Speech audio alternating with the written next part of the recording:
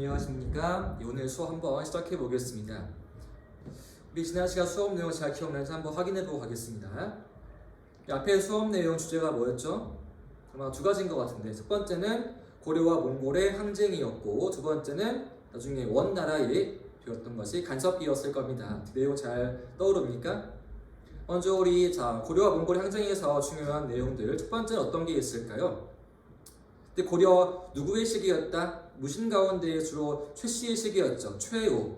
최후는 몽골과 싸우기 했던 일이 무엇이었을까요? 수도를 강화도로 천도하는 것이었습니다. 그렇죠? 그리고 두 번째 기억해야 할 전투들 어떤 게 있을까요? 용인 지역이었던 처인성에서의 김윤우화, 그렇죠? 그 싸움들이 있었고요. 세 번째, 고려 몽골 강화한 다음에 반대하면서 정한 사람들, 그분들이 삼별초였습니다. 삼별초의 항쟁이었죠. 강화도에 있다가 남쪽에 진도, 마지막은 제주로 오신 분들, 이런 게 중요한 내용들이었고, 그 다음 내용은 아까 한 것처럼 위에 있는 몽골의 간섭이었습니다.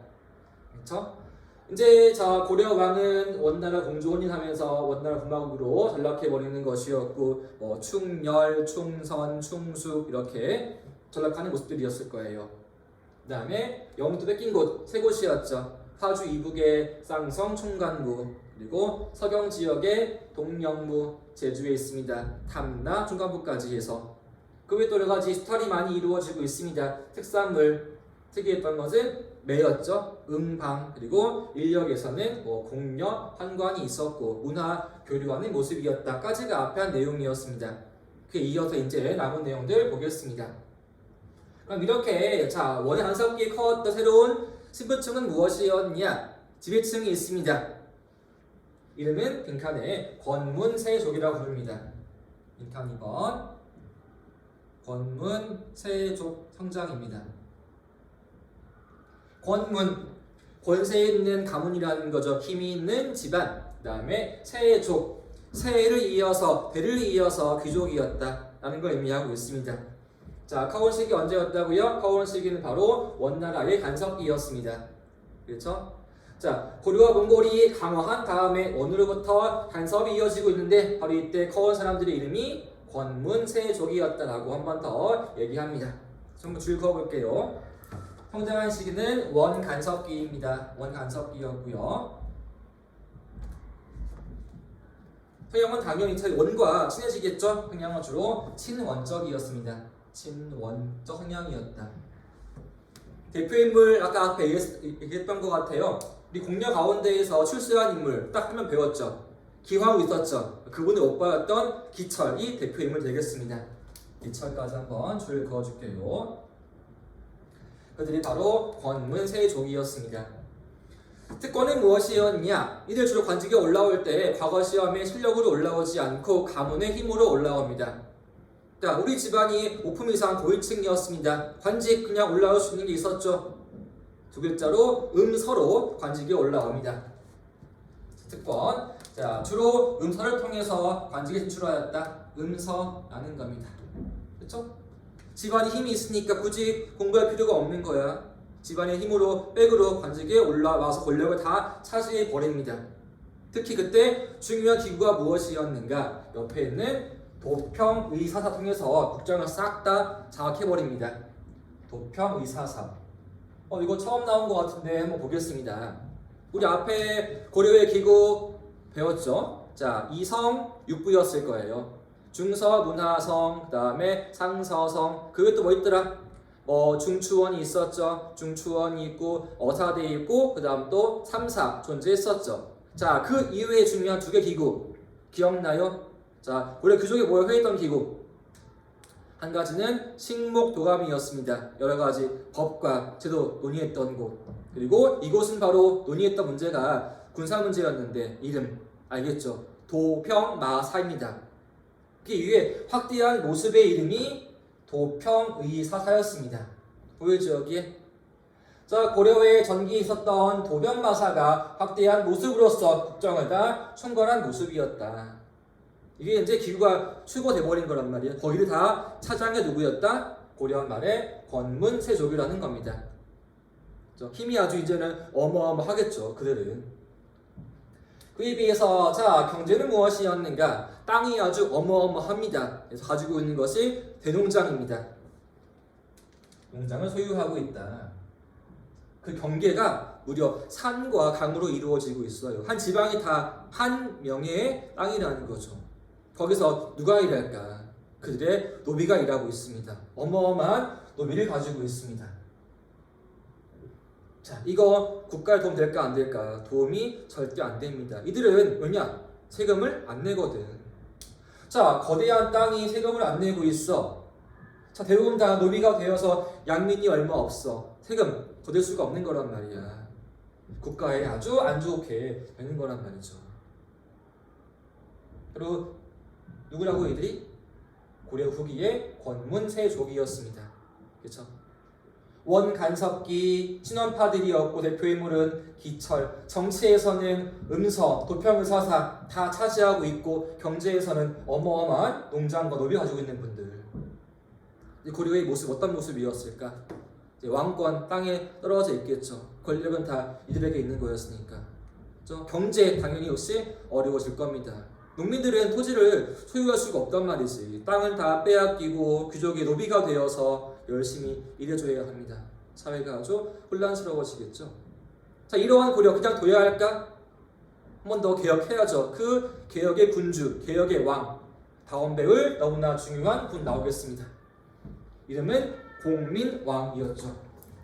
빈 학습장의 오른쪽으로 오겠습니다. 자, 공민왕 개혁 너무너무나 중요합니다. 일단 지우고 보자고요. 우리 고려 초기의 왕 누구 배웠습니까? 첫 번째가 태조 왕건이었죠. 두 번째가 네 번째 왕이었던 고려 광종이었을 거예요. 그죠? 과거제 시행 노비왕건법. 중요한 분도 누구 있었어요? 6대 왕이었던 성종이 있었죠. 그리고 후기 중요한 분이 여기 있는 공민왕이란 분입니다. 꼭 기억해야 할 분 중요하니까 별표 하나 하겠습니다. 자, 3번 보겠습니다. 공민왕의 반원 개혁 정치. 공민왕이 이제 반원 원나라에 대해서 반기를 들고 국가 개혁을 한다는 겁니다. 시기는 대략 고려 말이었던 14세기 중엽이었는데 개혁 가능한 이유는 무엇이었는가? 만약 원의 힘이 강했대. 자, 개혁 가능한 일이었을까? 당연히 안 되겠죠. 이 시기는 원나라가 점차 흔들리면서 붕괴하는 중이었습니다. 지금 보면은 자, 원나라입니다. 소수의 몽골족이 거대한 땅을 다 지배하고 있습니다. 중국에는 원래 한족이 있죠. 저항이 만만치 않단 말이지. 이제 원나라가 후기 오면서 점차 한족의 반란으로 인해서 원나라가 쇠퇴해 버립니다. 그 중요한 반란 이름 또 뒤에 하겠지만 적어볼게요 한번. 반란 이름이 홍건적이 있습니다. 홍건적의 난이라는 게 벌어지게 돼요. 홍건적의 난. 이름이 왜 홍건적이었냐? 홍건, 머리에 뭘 했으니까 빨간 두건이 있습니다. 이름이 홍건적입니다. 자, 원인이 아주 정치가 혼란스러워지고 어지러워지고 있어. 고려에게는 좋은 기회야 위기야. 개혁에 좋은 기회가 되겠죠? 그때 그 등장한 왕이 지금 배워야 할 공민왕이라는 겁니다. 그렇죠? 14세기의 중엽 고려 말의 개혁 군주 공민왕 꼭 기억합시다. 이렇게 보면 내용이 두 가지가 있어요. 한 가지는 국외의 모습이겠네요. 대외적인 모습에서 반원 자주 정책입니다. 우리 이제 원나라에 대해서 반대하고 스스로 일어나 보겠다. 자주라는 거죠. 자주의 의지. 그 다음에 국내에서는 뭘 추구한다? 왕권 강화를 추구한다. 나누어서 한번 비교해 보겠습니다. 자, 먼저 1번입니다. 자, 공민왕의 힘을 키우기 위해서 제거해야 할 1순위 누구였을까요? 당연히 신원파겠죠. 대표 인물 누구? 아까 얘기했던 기왕의 오빠였던 기철이 있습니다. 그들을 싹 다 신원파들을 숙청 제거해 버립니다. 그렇죠?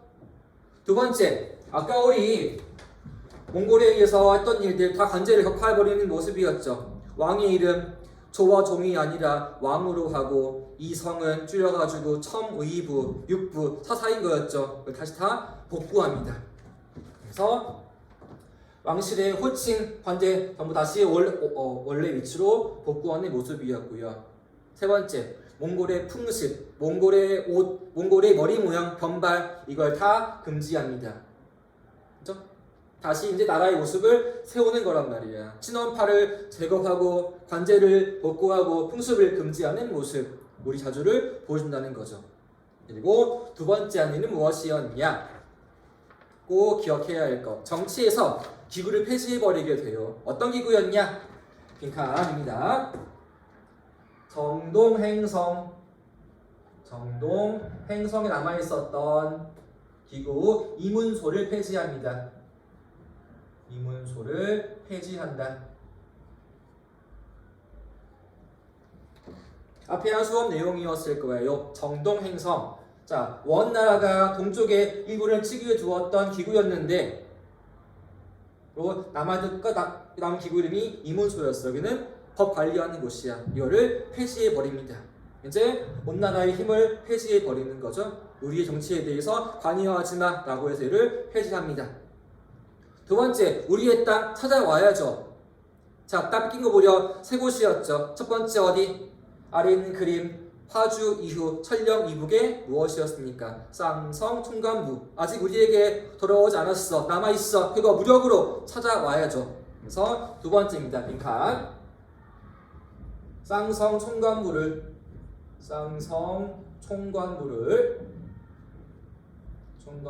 무력으로 찾아옵니다. 총관무를 무력으로 탈환하여 우리의 땅을 되찾아오는 모습이었습니다. 바로 천령 이북 지역이었죠. 아래에 있는 지도 보자고요. 중요한 지도였으니까 내려보겠습니다.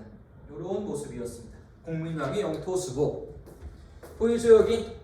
자, 천령 이북에 있는 지역이었습니다. 기구 이름이 화주에 두었네요. 쌍성 총관부를 누가? 공민왕이 무력으로 회복하였어. 그래서 여기를 뺏어온 다음에 끝이 아니라 더 위로 치고 올라갑니다. 이렇게 치고 올라오는 거죠. 고려의 땅 이렇게 확장되었습니다. 이게 바로 공민왕의 영토 확장이라는 거죠. 비단 요 지역만이 아니라 더 위로 치고 올라오면서 영토를 확대하고 있다. 공민왕이, 그죠? 굉장히 원나라에 대한 저항 아니겠습니까? 반원 자주 정책이었다라는 겁니다. 우리 힘을 보여줄 수 있는 모습. 다시 위로 올라와서 저는 국내로 옵시다. 3번입니다. 왕권 강화 정책입니다. 첫 번째 한일 1번입니다. 먼저 정방 폐지입니다. 1번에는 정방을 폐지한다. 정방 폐지. 자, 정방 처음 들어요 이거? 앞에 배웠어요 우리. 이거 언제 배웠더라? 아마 배운 시기는 앞에 있었던 무신정권 배웠을 거예요. 무신정권 대표 인물은 추충원의 아들이었던 최우였죠. 혹시 기억납니까? 자, 추충원이 새로운 기구를 두었습니다. 그 이름이 교정 도감이었죠. 그리고 나의 사병을 두었네. 이거는 도방이었고요. 그에 이어 자, 최우가 기구를 두었습니다. 여기에 관리에 인사 업무하는 곳, 이것이 정방이었잖아. 정방을 공민왕 때에 와서 폐지합니다. 이제 관리의 인사 문제를 정방이 아니라 폐지하고 누가? 국왕이 직접 행사하는 것이었다. 이 인사가 뭐예요? 관리를 임명, 승진, 자르는 것 다 이게 인사 아니겠습니까? 자, 왕이 인사를 지어 정치를 할 수 있는 거 아니겠어? 나한테는 이 인물이 필요해. 중요한 자리에 앉히는 거지. 얘는 친원파야 필요 없어. 자리에서 끌어내야 할 거 아니겠어? 이제 국왕 직접 인사권을 장악하고 있다. 정방 설치한 건 누구? 설치한 거는 최우, 폐지한 거는 공민왕이었다. 비교합시다. 두 번째, 자, 통치의 이념 필요하겠죠? 우리의 통치 이념은 유학, 유교입니다. 그걸 강조하기 위해서 학교를 두었네요. 이름이 성균관이었습니다. 앞에 우리 자, 성종 때 학교를 지었네. 그 이름이 국자감이었죠. 새로운 이름은 성균관입니다. 이게 이제 뒤에 이어지는 조선까지 이어지는 모습이라는 겁니다. 그렇죠? 그래서 통일신라 시대의 신문왕 때에는 국학을 두었었고 고려 초 성종 때에는 국자감이었고 이거를 정비한 모습이 성균관이었다. 또 정비한 것이 과거제라는 거죠. 이제 음서 백으로 올라오는 것이 아니라 과거제. 분명히 실력으로 올라와야 한다라는 겁니다. 그래서 유학 교육을 하고 그들을 시험 봐서 뽑는 바거지 정비하는 모습 역시 공민왕의 모습이었습니다. 그래서 그러한 결과 자 누구를 불러오는 것이었냐? 새로운 인재들이 정치로 막 올라오게 돼요. 그 이름이 신진 사대부입니다. 사대부를 등용하였다. 사대부를 관직에 등용합니다. 신진 사대부입니다. 사대부야. 좀 이제는 무관이 아니라 공부했던 문관들이라는 거죠. 근데 새롭게 올라왔다 부르는 말이 신진입니다. 새롭게 진출한 사대부들이었다. 저 누구왕 때? 여기는 공민왕 때였습니다. 자, 공민왕 계획을 해야 합니다. 뭐가 필요할까? 나와 함께 할 수 있는 인물들이 필요하겠죠. 그들 누구로 해야 할까? 앞에 있던 그들이었을까? 권문세족이었을까? 시험 봐야 되는데 당연히 안 되겠죠. 누군가 새로운 사람 필요한 거란 말이야. 그리고 젊어야지만 돼. 그죠? 그래서 이들을 불러드리는 겁니다. 신진사대부 대표 인물 정몽주, 정도전 다 여기에 포함되어 있습니다. 그리고 국가 경제를 위해서 설치했던 게 무엇이었는가? 이거 꼭 너무 중요한 내용이에요. 기구의 이름이었는데요. 그 이름이 전민변정도감이었습니다. 기구의 이름 전민변정도감 설치합니다. 주도한 인물은 승려였던 빈칸의 신돈이었습니다. 신돈. 공민왕 때 개혁의 인물 신돈이었어.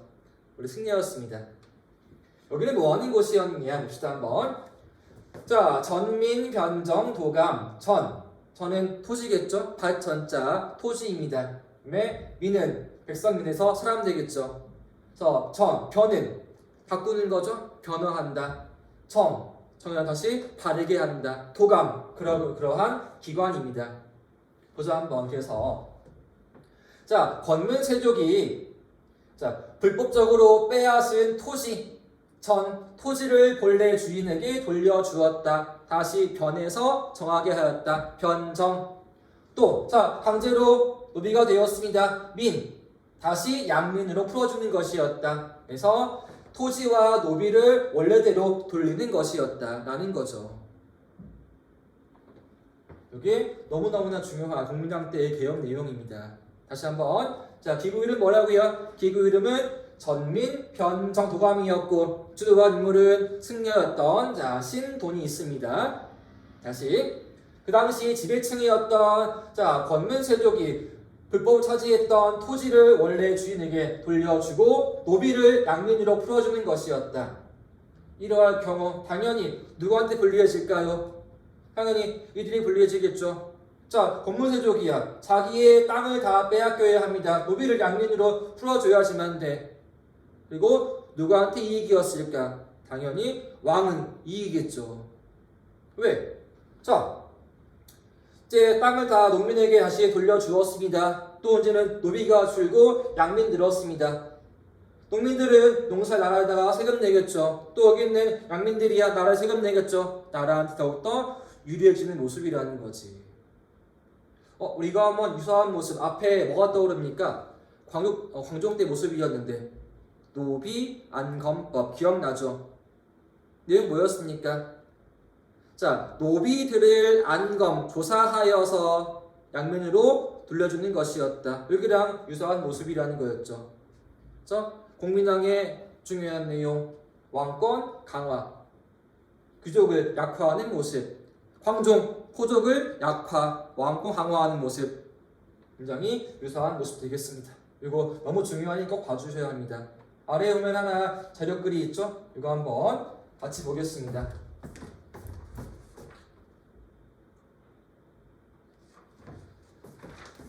여기 있습니다. 신돈은 왕에게 신돈입니다. 누구 왕? 공민왕이었습니다. 전민변도감을 설치할 것을 청원하고 나와 있네요. 근래에는 기강이 파괴되어서 공전, 국가의 땅과 사전, 개인 땅을 권세가들이 권문회족이 강탈하였다. 이제 이러한 기구를 두어서 이를 잡으려고 하니 서울은 15일 내에, 각 도는 40일 내에 다시 이거를 돌려놓아야 한다라고 하고 있습니다.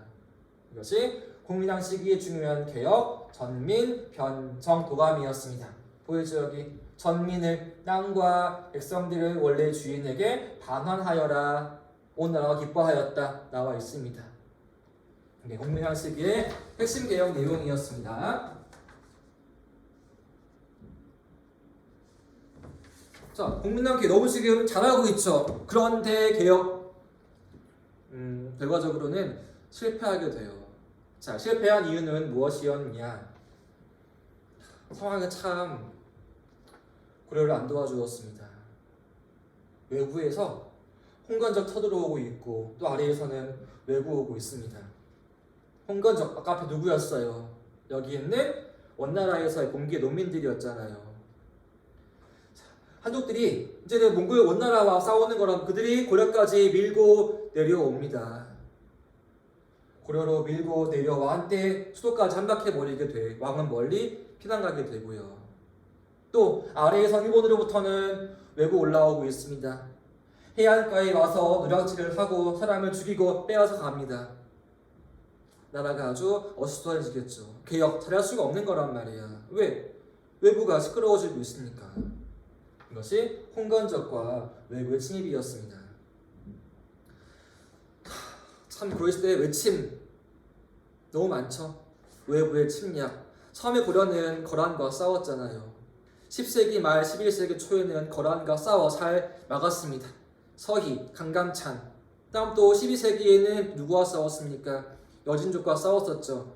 윤관, 별무반. 그리고 또 13세기에 누구와 싸웠어? 거대한 나라, 거대한 민족, 몽골, 원나라와 싸웠죠. 그리고 마지막에 또 누구와 싸운다고요? 홍건적과 외부와 싸워야 합니다. 고려 역사 참 힘든 시기입니다. 거기에 또 이러한 개혁 당연히 누가 싫어하겠어. 이들이 너무 싫어하겠지. 왜? 권력을 뺏겨야 하는 거니까. 어떻게든 자 신돈 제거해야 하고 공민왕 견제해야 합니다. 그러한 결과 결국 신돈은 제거되고요. 공민왕은 부하에 의해서 죽으면서 개혁은 실패해버리는 거라는 거죠. 고려의 마지막 불이 이렇게 꺼져가는 겁니다. 그분이 공민왕이라는 거죠. 참 굉장히 고려한테는 안쓰러운 일이겠죠.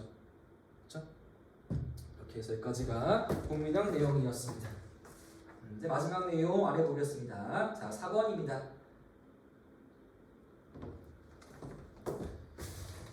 이제 마지막 누가 나오느냐? 아까 얘기했던 새로운 인물들이 등장을 합니다. 첫 번째 누구?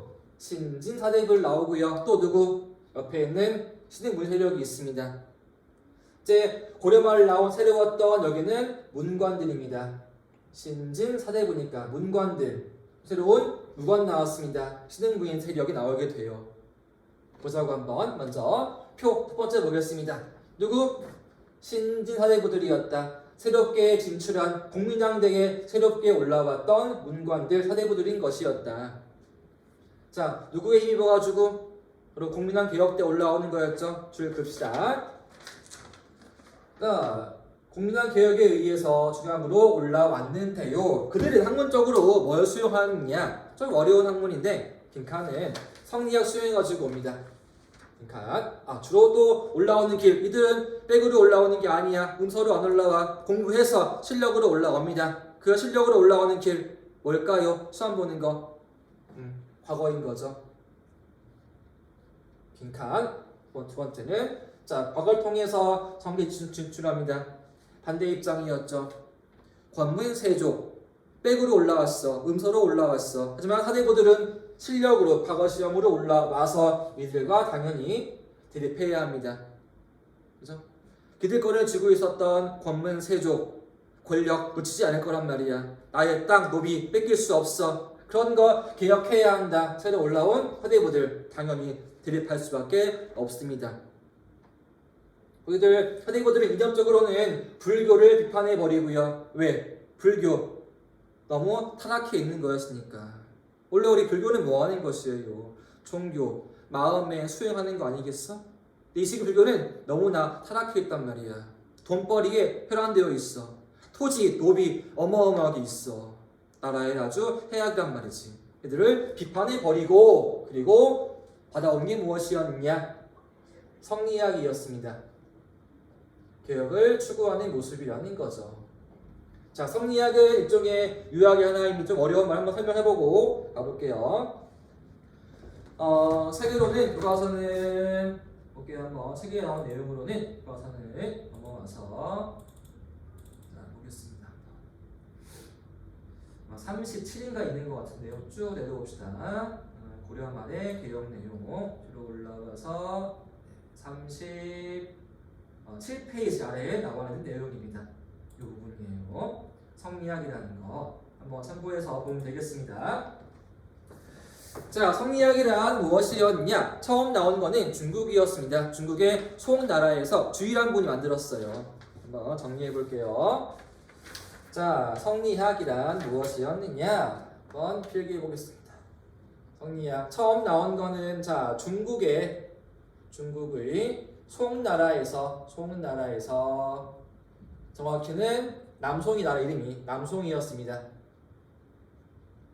송나라의 유학자였던 주희란 분이 만들었습니다. 정리했습니다. 주희가 총정리하였다, 집대성하였다 라고 이야기합니다. 주로 연구하는 게 무엇이었는가? 크게 두 가지가 있어요. 한 가지는 성, 인간의 본성이 있습니다. 인간의 본성은 어떤가? 인간의 본성 문제. 또 한 가지 우주의 원리를 연구합니다. 우주의 원리를 연구한다. 우주의 원리를 연구하는 학문입니다. 그래서 이름이 성리학이라는 거죠. 인간의 본성과 우주의 원리 연구하는 거여가지고 이름이 성리학이었는데, 그럼 이게 우리한테 언제 온 것이었느냐? 우리한테는 들어온 시기는 고려 말입니다. 가지고 온 분이 안향이었거든. 그래서 이러한 성리학이 자 고려 말 유학자였던 안향에 의해서 들어옵니다. 고려 말 안향이 중국의 송이 아니라 이제는 원나라였겠죠. 원으로부터 중국의 원나라에서 가지고 옵니다. 수용하였다. 그죠? 자, 그러한 이후에 또 이런 모습이 있어요. 당시 자 고려의 충선왕이 고려의 마지막 후반의 왕이었던 충선왕이 다시 원나라에서도 베이징에 건물을 지었습니다. 충선왕이 자 원나라에 세운 만권당이라는 곳에서 만권당에서 많은 학문 연구가 이루어지게 돼요. 여기에서 우리 학자 이재현 등이 성리학자입니다. 이재현 등이 원과 교류하는 모습 보이게 돼요. 이재현 등이 원의 학자와 교류하였다. 원의 학자와 활발히 교류하며 성리학 연구를 기피하는 거죠. 학자와 교류하였다. 이렇게 되겠습니다. 바로 이거를 이어온 게 누구였다? 여기 있는 사대고들이었습니다. 성리학 이제 새로운 이념으로 나오는 거죠. 뭐에 쓰인다? 고려를 개혁해야 한다는 겁니다. 이러한 고려 더 이상 두면 안 되겠다. 사회 개혁해야 한다. 나오게 되겠죠. 자, 그런데 문제는 무엇이냐? 또 파가 나뉘게 돼요. 자, 이러한 고려의 사회를 그냥 유지한 가운데에서 개혁해야 할 것인가? 이들이 다음 줄에 있는 온건개혁파입니다. 온건개혁파. 고려를 유지한 가운데에서 잘못을 고쳐야 한다. 대표 인물은 정봉주였고요. 또 한쪽 고려 이제 가망이 없다. 고려를 뒤엎고 나라를 새롭게 해야 한다. 그들이 여기 있는 급진개혁파입니다. 고려 왕조를 부정하면서 우리에게 필요한 것은 뒤엎는 혁명이 필요하다. 대표 인물은 정도전이 있었죠. 두 분 다 유명한 사람들이었죠. 둘로 나누어집니다. 이러한 또 누가 올라오는 것이었느냐? 군대에서 새롭게 신흥 새롭게 올라온 무인들이 올라오는 거죠. 앞에 있었죠. 무신 정권. 이는 뭔가 새로워지고 있는 그는 말이 신흥 무인들이었다. 앞에 우리 얘기했습니다. 14세기 고려 누구와 싸워야 한다? 중국에서 오는 홍건적과 싸워야 하고요. 바다에서 오는 외구와 싸워야 합니다. 이들을 물리치면서 커오게 됩니다. 대표 인물 2명이 있습니다. 한 명은 최영이고요. 한 명은 최영 장군, 또 한 명은 이성계입니다. 이렇게 두 분이 등장을 합니다. 고려의 모습은 어떻게 해야 할 것인가? 결국 고려는 이렇게 유지지에 오다가 여기 있는 급진개혁파 누구? 동교전과 이성계 서로 결합하는 거였죠. 그래서 온건파 정몽주를 제거해 버리고요, 최영도 제거해 버리고 나라를 새롭게 세웠네. 그 나라가 바로 무엇입니까? 조선이 세워지는 거죠. 그럼 이렇게 이어지고 있습니다. 그렇죠? 호족이 세운 나라 왕건의 고려. 그 다음 지배층들은 문벌 귀족이었습니다. 그들이 붕괴를 하네요. 이자겸의 난, 묘청의 서경 천도운동. 그러한 결과 새롭게 하신 이는 무신들이 올라왔습니다. 무신정변, 100년간의 무신 정권이 붕괴를 하고 원나라의 간섭기 누구? 권문세족. 마지막 누구? 화대부들과 무인들 나온단 말이야. 이들이 세운 나라가 조선이었습니다. 고려의 흐름이라는 거죠. 호족, 문벌 귀족, 무신정권, 권문세족, 화대부들과 신흥 무인들까지 이어지는 모습. 여기까지가 고려 정치에 대한 기본적 내용들이었습니다. 이해하겠죠? 네. 자, 우리 한번 책으로 올게요. 교과서 볼게요. 한번 교과서는 38페이지 볼게요. 한번. 프린트에 안 나온 내용입니다. 볼게요. 한번. 고려 경제에 대한 내용인데 한번 보겠습니다. 한번. 별거 아니고요. 봅시다 한번. 자, 고려의 무역 활발히 이루어지게 돼요. 그 중심지가 어디였느냐를 보여주는 이러한 지도입니다. 확대해 보겠습니다. 한번 확대해 보겠습니다. 자, 고려의 무역에 중요한 도시가 어디인가 볼게요. 한번. 1번 써 있는 지역 벽란도, 너무 중요한 지역 별표할게요. 체크합시다.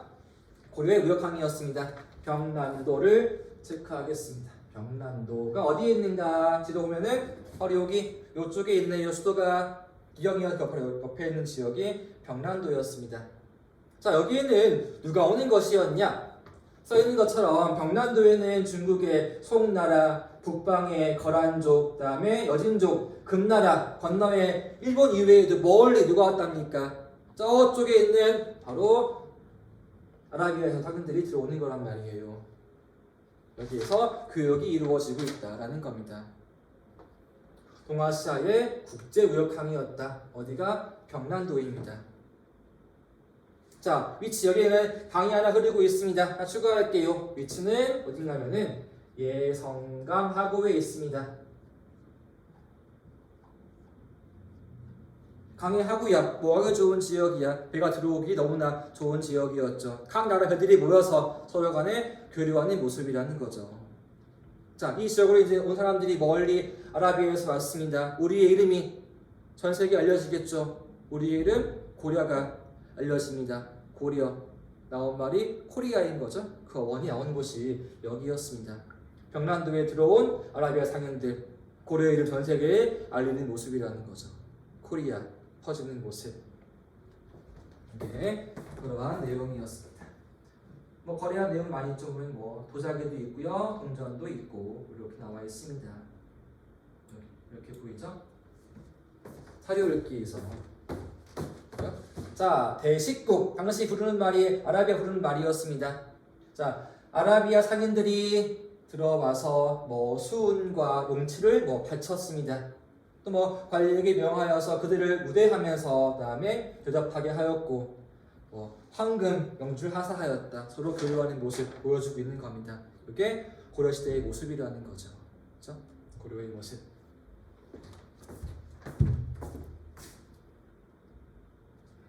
그리고 이거는 이제 출토의 유물을 보여주고 있는 겁니다. 배 이름이 신안선이었네요. 발견된 유물. 자, 원나라의 배가 원래 가는 건 일본인데 중간에 서해안에서 침몰해 버리게 돼요. 거기 남아 있는 게 무엇이었느냐? 중도제뿐만 아니라 고려의 청자도 있었고요. 다양한 향신료와 동전이 있었다는 겁니다. 무역 규모가 어마어마했구나 보여주는 게 이러한 유적지였습니다. 신안에서 발견된 유물선의 모습, 이러한 모습. 도자기, 중국과 고려의 청자, 그다음에 옷간 나오는 모습, 이런 게 있습니다. 네. 그래서 이번 시간 수업은 여기까지 하겠습니다. 감사합니다.